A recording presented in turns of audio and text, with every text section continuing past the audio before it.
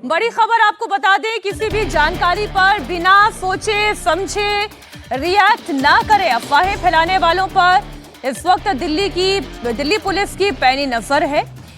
बिना जानकारी के किसी भी पोस्ट पर भरोसा ना किया जाए। सोशल मीडिया पर मौजूद हर एक पोस्ट सही नहीं है। अब इस पर दिल्ली पुलिस ने कहा, जैसे एक पोस्ट का हवाला देते हुए कि एक लड़की की मौत हो गई, ऐसा दावा किया गया, लेकिन ये दावा बिल्कुल झूठा था।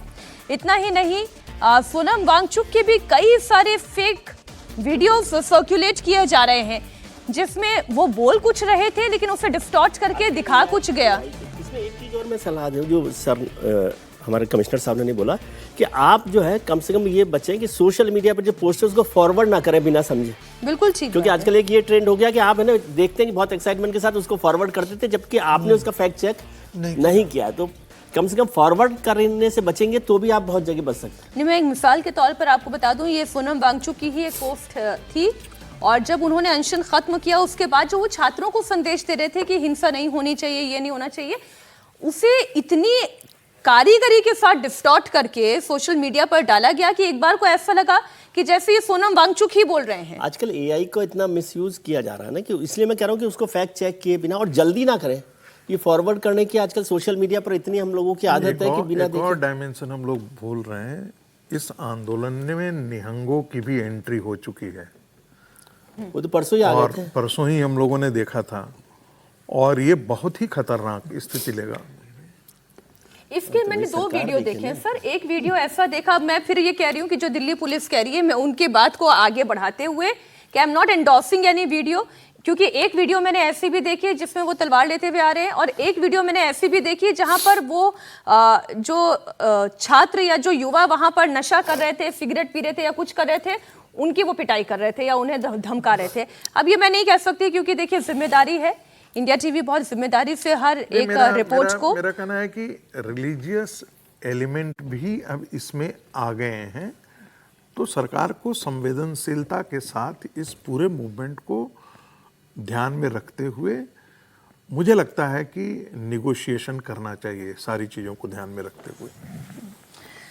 तो इस वक्त सीजेपी और सरकार के बीच में चर्चा ही इस बात की चलने वाली है कि समाधान कैसे निकलेगा, जहां पर सीजेपी ये कह चुकी है कि बिना इस्तीफे के बात नहीं बनेगी।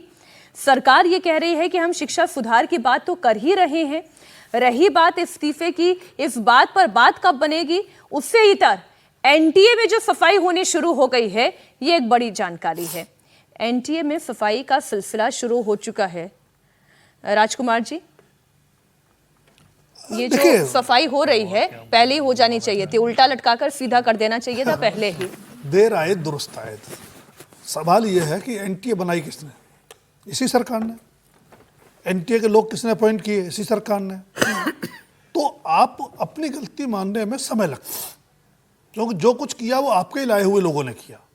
और दूसरा, एक बड़ी खबर जो बीच बीच में आती है कि सारा सिस्टम बनाया टीसीएस ने, बाद में और कोई कंपनी ला दी गई उसको चलाने के लिए। उस कंपनी के कनेक्शंस को लेकर सवाल उठ रहे हैं।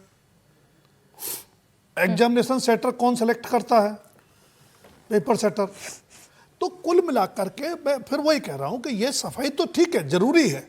ये तो 2024 के बाद कर देनी चाहिए थी, आपको पहली बार लीक हुआ था। 26 में हुआ, अप्रैल में, तब भी कर देनी चाहिए थी। आप रेस्पॉन्ड तब कर रहे हैं जब जंतर मंतर पर भीड़ आ गई है, चारों तरफ से गिर गए। मैं आपको बताऊं, आपने पेपर सेटर पर आपने जो बात की ना, बड़ी अच्छी बात की। मेरे पास ऑफर आया पेपर सेटिंग के लिए, और मैंने एक एग्जाम के पेपर सेटिंग में मैंने कहा कि मैं नहीं कर पाऊंगा। और उन्होंने कहा क्यों?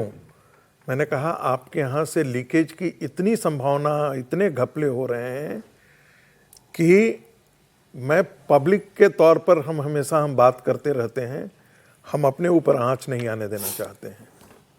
तो इस बात में बिल्कुल सच्चाई है। आप लोगों ने पेपर्स ऐसे लोग सेट कर रहे हैं, मैं उनके लिए एक ट्वीट किया था कि लगता है कहीं से जोकर ला करके रखे गए हैं। ये बहुत गंभीर मामला कुछ तस्वीरें सर वापस से आ रही है। एक सेकंड, हाँ। इन जोकर्स को लाने वाला जिम्मेदार है कि नहीं है? मैं बार बार कहता हूं, एनटीए का डायरेक्टर, सीबीएसई का डायरेक्टर, इन सबों की ये जिम्मेदारी होती है।